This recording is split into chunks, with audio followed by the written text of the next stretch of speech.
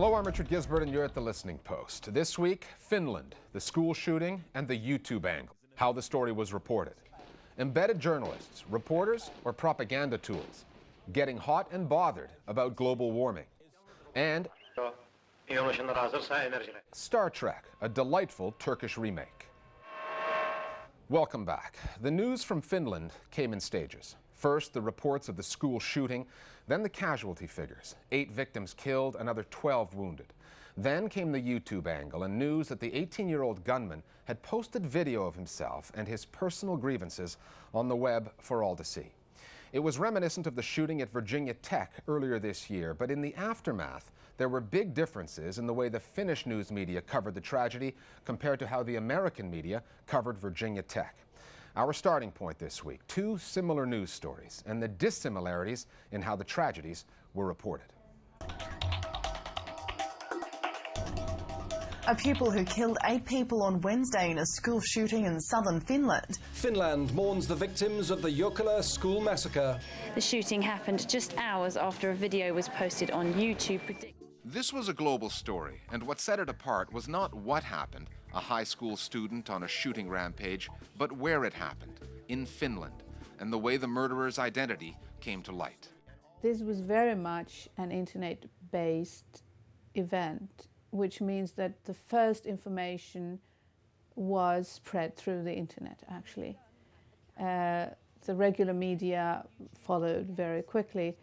The name of the killer, for instance, was known before actually the Finnish news agency had their first news out. It was known in the internet. People found his video in YouTube, and the name was first time named there, I think, well, maybe before even we knew about the whole thing.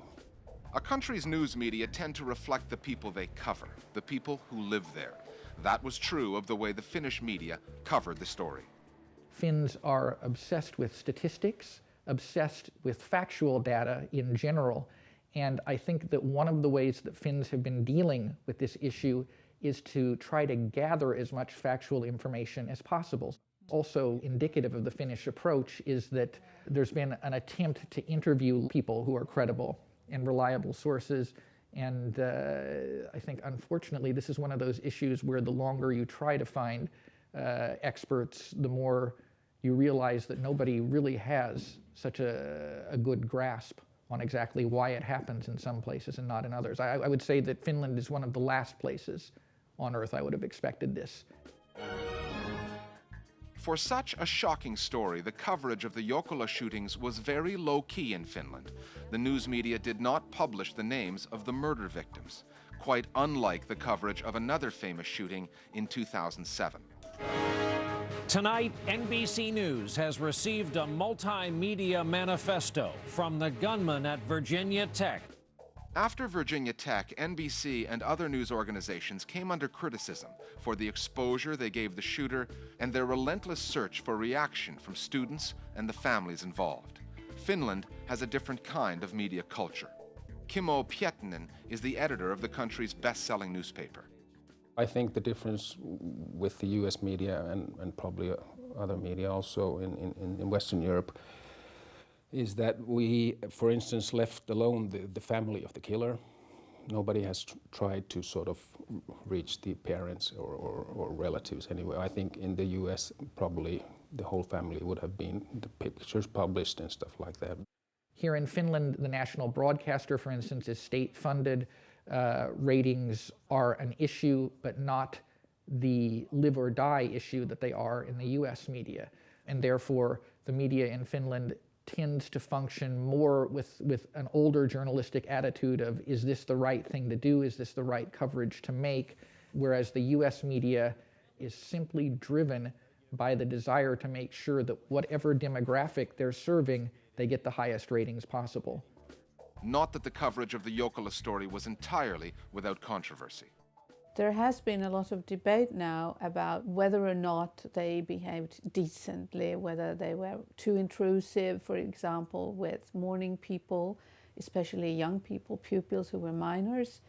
And I know there are people in Jokela who think that they were too intrusive. Well, we've been criticized slightly for unsensitiveness and stuff like that, but it has been very, very little considering the magnitude of the news event. So I think the Finnish public has accepted how we covered it. A major subplot in this story was the appearance of the murderer on the internet. If it was exposure that he wanted, the news media played along. On YouTube and set to music, a picture of the school. I always ask my students what they feel about that, and I've been surprised to find that not a single one of my Finnish students has ever felt that there is any kind of relationship between YouTube and what this shooter has done. And I feel actually they're more qualified to evaluate that than I am. The gunman's postings have been removed from the internet, but they've had an impact. The week after the shootings, several teenage boys in Finland were arrested for using the net to make similar threats of violence. Back when Virginia Tech happened, there were also fears of the copycat effect. And for that reason, Canada's publicly funded broadcaster, the CBC, made the decision not to air the Virginia Tech murderer's homemade video. At the time, this is how the network justified making that editorial call. I suspect we'll see this in the weeks or months or years ahead. It will trigger, and it most likely will trigger among similarly deranged people the same idea. This is their 15 seconds of fame, and my God, look what kind of attention this guy got. I'll get the same attention. And I don't think as news organizations, given the nature of this kind of story, that we can risk that. But there were two aspects to the internet angle of the Jokela story: the after the act 15 seconds of fame, plus what came before: the murderer's email contact with a like-minded American student and what he may have drawn from that. Call it the antisocial networking phenomenon. If you don't have real peers and real friends and real social networks, the net can become a substitute. You can live in an artificial group, so you can actually acquire the social support, the confirmation. You need to know, you need to validate your ideas, you need to have somebody who says you're right, and you can get that on the internet. As a people, Finns pride themselves on their toughness and resilience, and they're technologically literate. Their rate of internet usage is consistently among the world's highest. The Jokela shooting showed the dark flip side of that, and for all the high-minded principles practiced by Finland's traditional forms of media, it's the role that the new media played in this tragedy that has people worried. Our Global Village voices now, and their take on that story. I definitely believe that YouTube violated the public trust by deleting Eric Avenen's 88 videos and channel.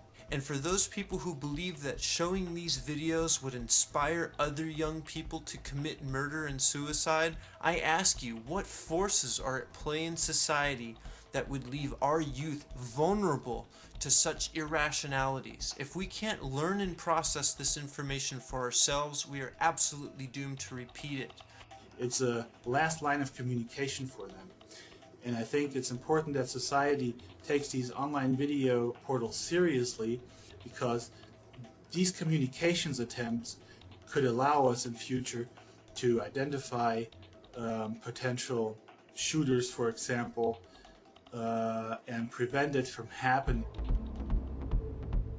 We're always on the lookout for more Global Village voices, more opinions on the state of the world's news media. Email us at listeningpost@aljazeera.net, and we'll find a way, via webcam or even phone video, to get you on the air. Time now for Listening Post News Bites. Under Pakistan's state of emergency, broadcasters are banned from ridiculing or defaming President Musharraf. Apparently, that also applies to some foreign news media. Musharraf's government has expelled 3 reporters from the UK's Daily Telegraph newspaper after an editorial in the paper suggested that the West regarded the president as, quote, our SOB, unquote. Only they used the long form of that term. The Pakistani government has called that offensive and beyond the norms of decent journalism. When questioned by an American reporter about the expulsions, President Musharraf was unapologetic. You accept a word of that sort if any one of my reporters were to use against your president? The press freedom group Reporters Without Borders reacted by labeling President Musharraf a press freedom predator. The struggle for political power in the former Soviet state of Georgia has forced 2 television stations off the air.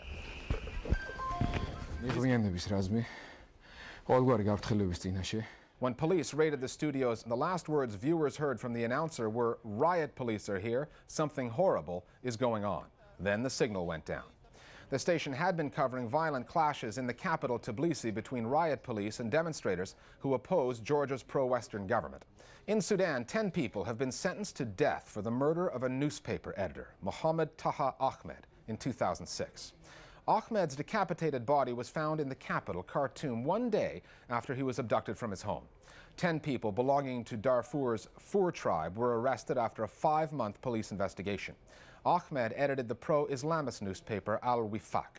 He was critical of both the rebels in Darfur and the government of President Omar al-Bashir.